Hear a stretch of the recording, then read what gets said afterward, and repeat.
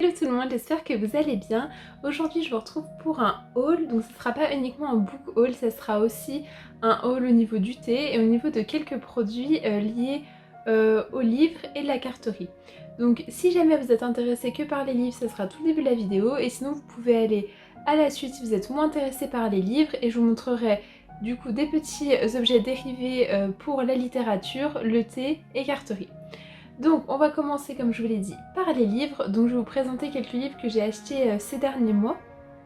Peut-être qu'ils n'y sont pas tous, peut-être que vous en avez déjà vu certains sur la chaîne, c'est pas très grave.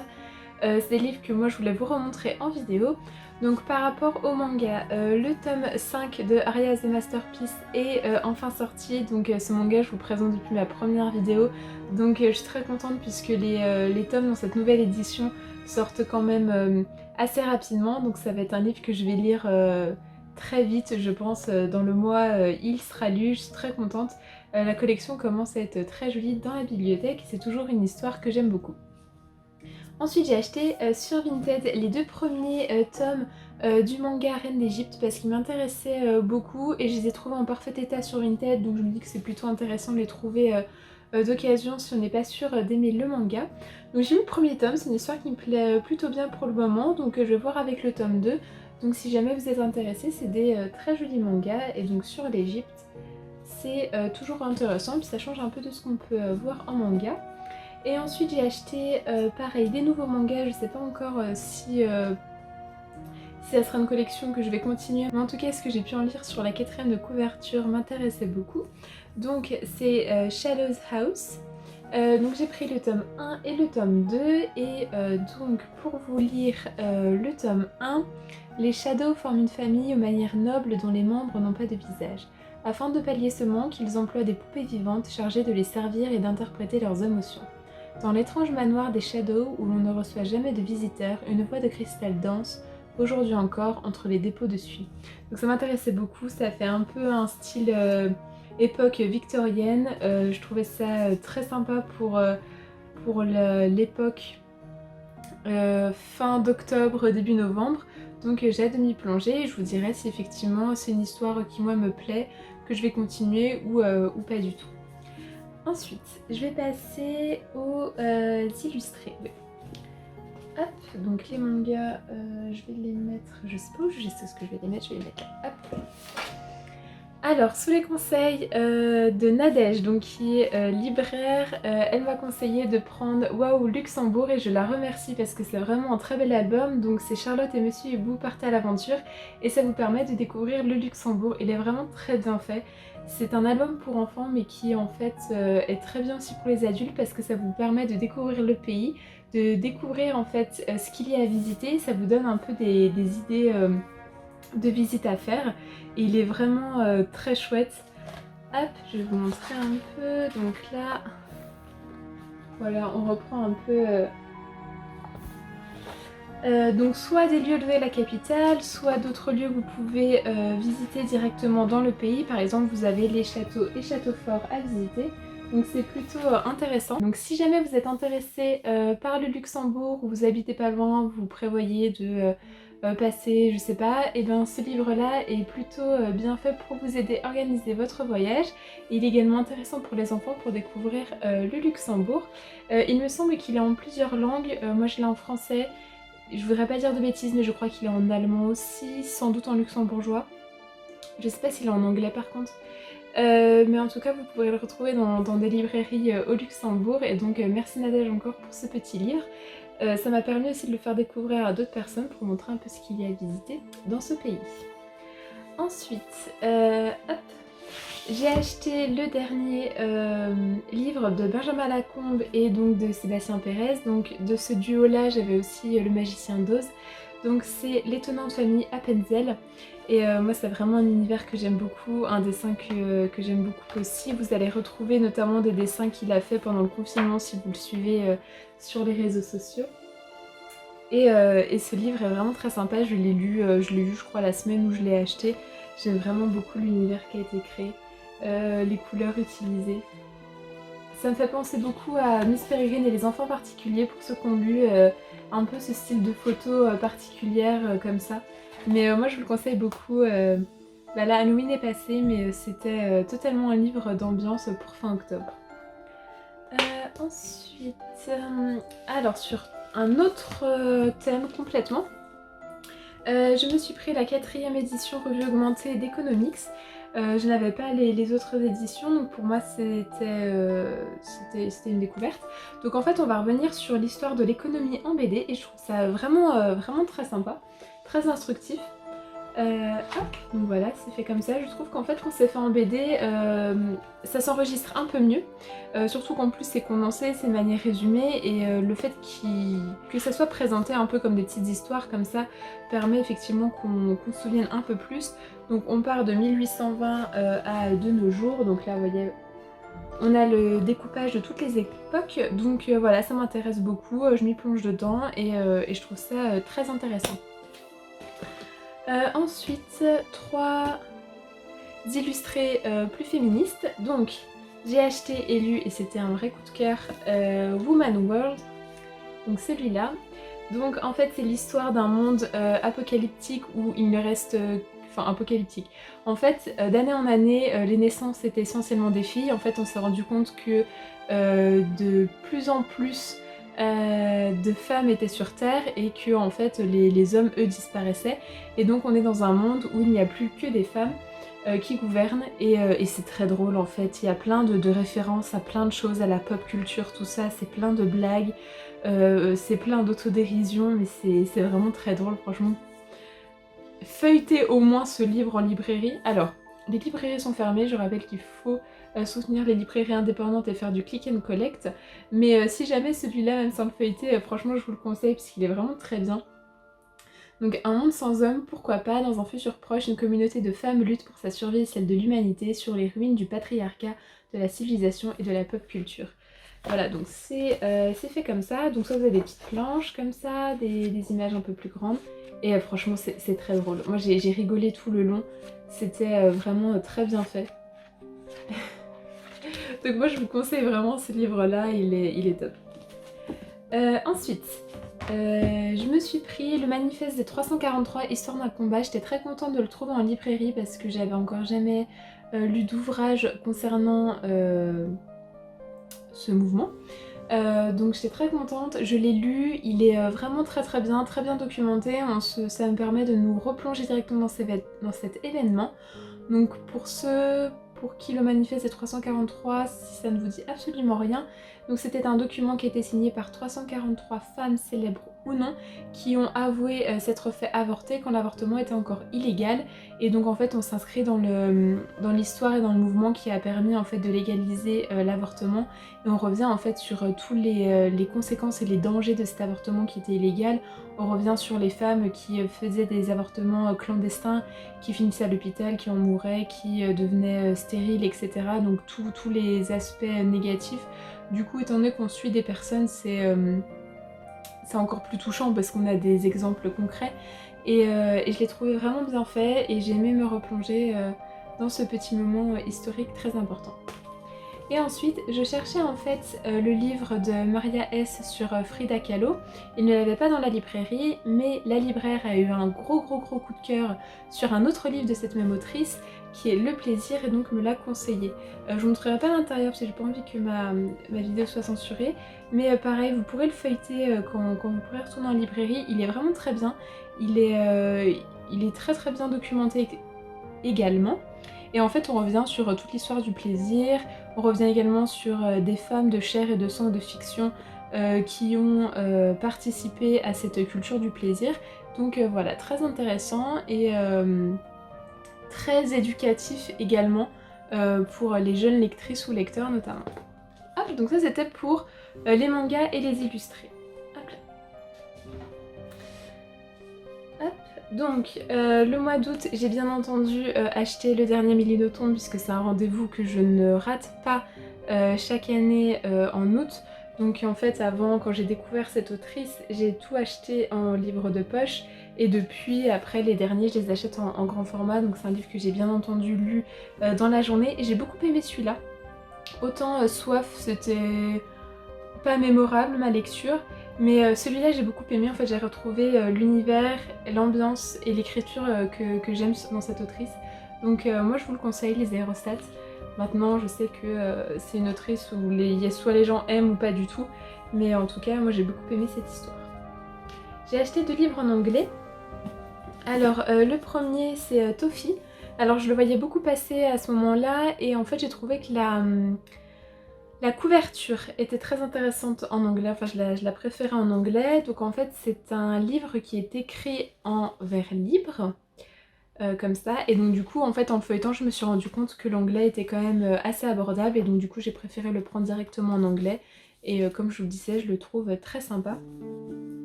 Et j'ai acheté du coup un Jenny Colgan, pile pour Noël, en anglais également. Et en fait, j'ai appris plus tard que c'était le livre de Noël de la série Une saison au bord de l'eau, que je n'ai pas lu puisque moi c'est la petite boulangerie que je vous ai présentée dans une autre vidéo que j'ai lue. Mais bon, c'est pas très grave en soi. Normalement, vaut mieux les lire dans l'ordre, mais c'est plutôt des histoires simples, tranquilles, pas prises de tête. Donc si vraiment je lis celui d'hiver avant, c'est pas très grave je pense. J'aurais juste peut-être des spoils sur les 2 tomes précédents. Mais c'est tout, c'est pas des spoils. Je pense que je vais m'en remettre. Donc voilà, hâte de le découvrir aussi puisque je ne l'avais encore jamais lu en français. Et donc du coup j'en ai profité aussi pour aller dans une librairie qui vend des livres d'occasion. Et donc ils avaient d'occasion le premier tome d'une saison au bord de l'eau, donc j'en ai profité. Donc si jamais j'arrive à lire cela avant Noël, je lirai cela.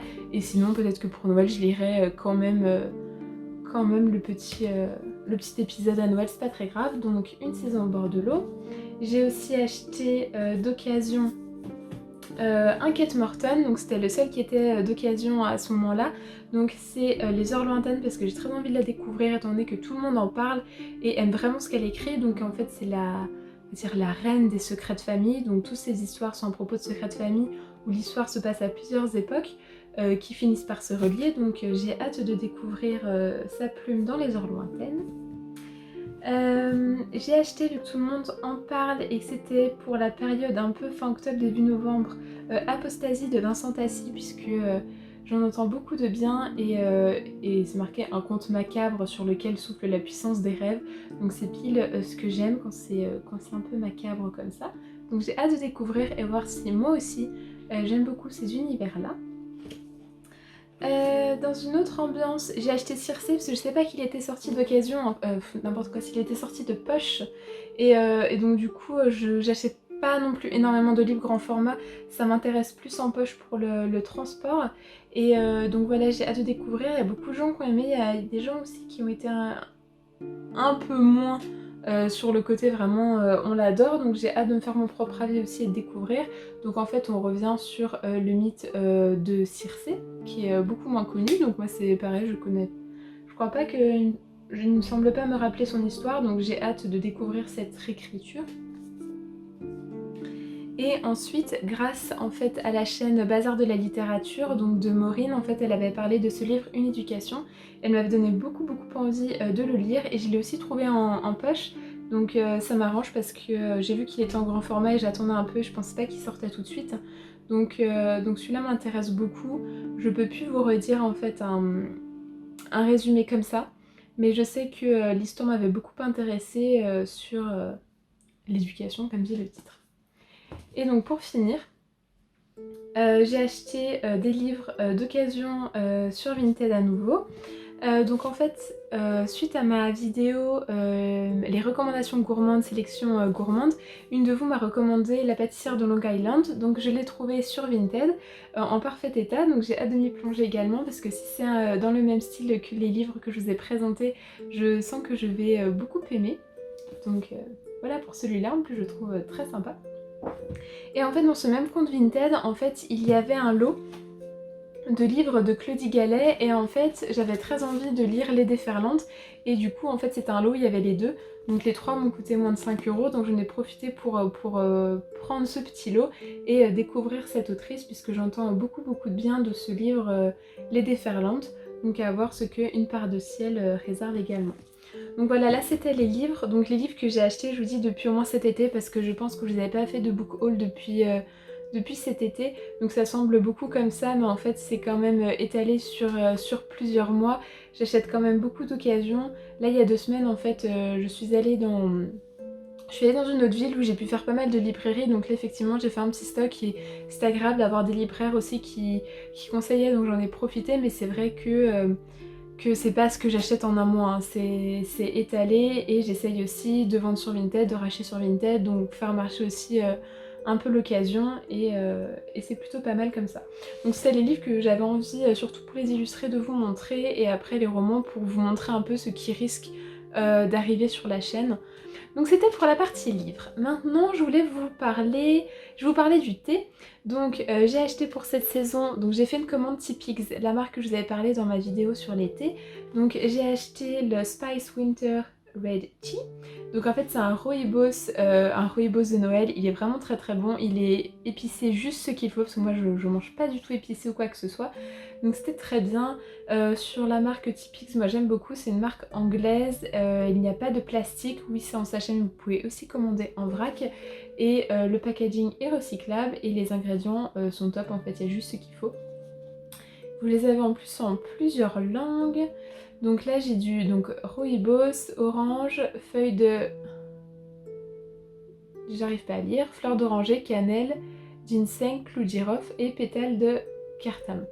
Voilà, donc très sympa pour Noël. Je vous remontre le petit bonhomme de neige. Et donc, hop là, je vous disais dans ma vidéo que je n'avais plus de pommes cannelle de chez Tipix. Donc maintenant c'est résolu, je me suis acheté la boîte de 50 sachets pommes cannelle de chez Tipix, donc qui est mon thé préféré de leur marque. Et comme ça, j'ai mon stock pour cette saison. Donc ça c'était le thé dont j'avais envie un peu de vous parler. Et ensuite je vais vous parler... j'ai fait bouger le trépied. Ensuite, je vais vous parler des petits objets qui sont liés au livre.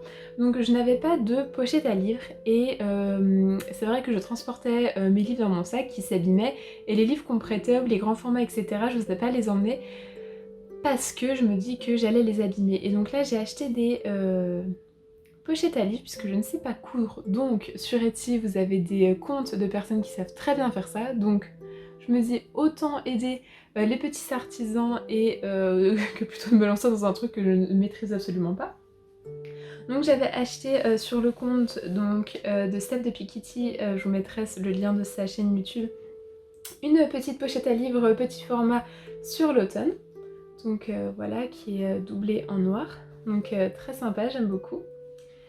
Et ensuite j'ai trouvé un autre compte de pochette à livres que je vous recommande grandement parce que Steph de Piketty Booking, le truc c'est que si vous n'êtes pas là au moment où elle met les articles en ligne, vous loupez la vente parce que tout part dès qu'elle met des articles. Donc là c'est le compte Félibule. Donc j'ai commandé cette pochette grand format, donc avec un panda roux. Regardez, même le bouton est vraiment très très sympa. Donc hop, l'arrière. Alors l'intérieur est doublé, et c'est doublé comme une couette. Vous avez envie d'être un livre. Donc voilà, vous avez sa petite... Donc tout est fait main, donc il est doublé, c'est très très moelleux. Ça protège bien le livre et vous avez un petit cordon pour fermer. Donc ça c'était le grand format Pandaro. Et pour le petit format, bien entendu, Serpentard. Donc regardez, elle est vraiment très très jolie. Donc vous avez le petit logo, le tissu ici vert, et vous avez un autre vert pour l'arrière. Hop, encore une fois le petit cordon. Et doublé à l'intérieur.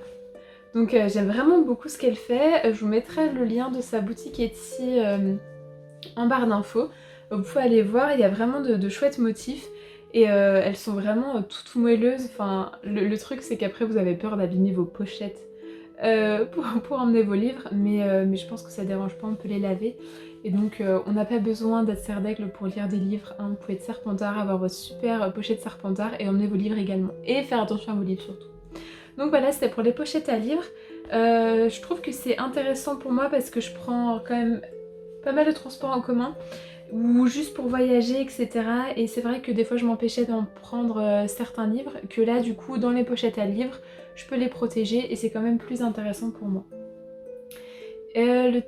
La dernière chose que je voulais vous montrer, c'est du coup, hop, on s'est pris, ça commence bien, le calendrier 2021 de Benjamin Lacombe, donc libraire nous a dit que ces 2 dernières années c'était le même et donc elle voulait pas l'acheter parce qu'elle sait ça fait 2 ans qu'on a les mêmes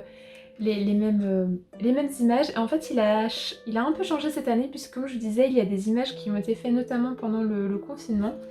Donc voilà un peu pour les mois qui arrivent. Donc moi au départ je voulais pas du tout acheter un calendrier de l'Avent en octobre et en fait elle nous a dit qu'il partait quand même assez rapidement et donc maintenant j'ai super hâte de l'utiliser sauf qu'il va falloir que j'attende un peu. Donc ça va nous changer nos calendriers de pharmacie, en fait on n'achetait pas, on prenait ceux de la pharmacie. Donc voilà, très hâte de le mettre et surtout février, j'adore février.